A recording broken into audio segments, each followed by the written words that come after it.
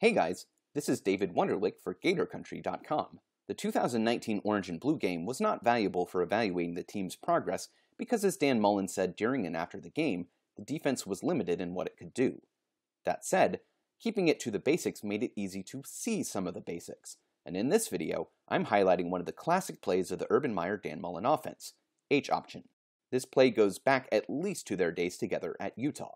Here's the first time the Gators ran it in the spring game. The X and Z receivers and LaMichael Pirine, the running back, had the job of running verticals to clear up space in the underneath area.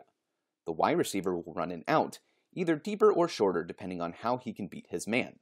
In this instance, he runs a 5-yard out, highlighted in blue. The main guy on this play, as the name suggests, is the slot receiver H. This was a big-time Percy Harvin play back in Mullen's first tenure at UF, but here it's Kadarius Toney. Depending on how the defense plays him, Toney will either do a quick slant to make for a short and easy throw, or go a little deeper and break in or out, again depending on the defense. This is an option route for H, hence the name H-option. If we watch the play start, James Houston, the linebacker, shades to Toney's left, giving him the inside track. Toney cuts to the middle, but the ref is in the way and gets a pass breakup. You can see the space around Toney, though. The X and Y receivers did their jobs to draw the defenders away, so as long as Toney can beat a linebacker one-on-one, which he should be able to do most times, it's a winning play. Later on, the blue team ran H-option with Freddie Swain in the slot. The Y receiver this time is a tight end, Kamori Gamble, and he also will take the short out. The running back, Iverson Clement, will do something to cut off his vertical route early, but I don't know if it's a short hitch or a longer out or something else because there isn't a camera angle for it. In this instance, the linebacker Rashad Jackson will take away the quick middle slant. Swain then goes around him to the outside to the level 8 yards up the field, and he'll cut inside as highlighted in blue. Because the safety on that side drops back deep, there will be plenty of room. Here is the play in motion. Jackson takes away the inside, so Swain goes around him. Without the safety coming up to help, there's no one within 10 yards of Swain when he makes the catch. You can see that Jackson went over towards the flat because Clement, who's coming into the frame, did something short rather than a full vertical. Here is one more instance of H-option. There are two tight ends on the field, with Kyle Pitts at the top and Gamble at the bottom running the short out. Swain is in the slot, and this time he will run the quick slant because Jackson doesn't take it away.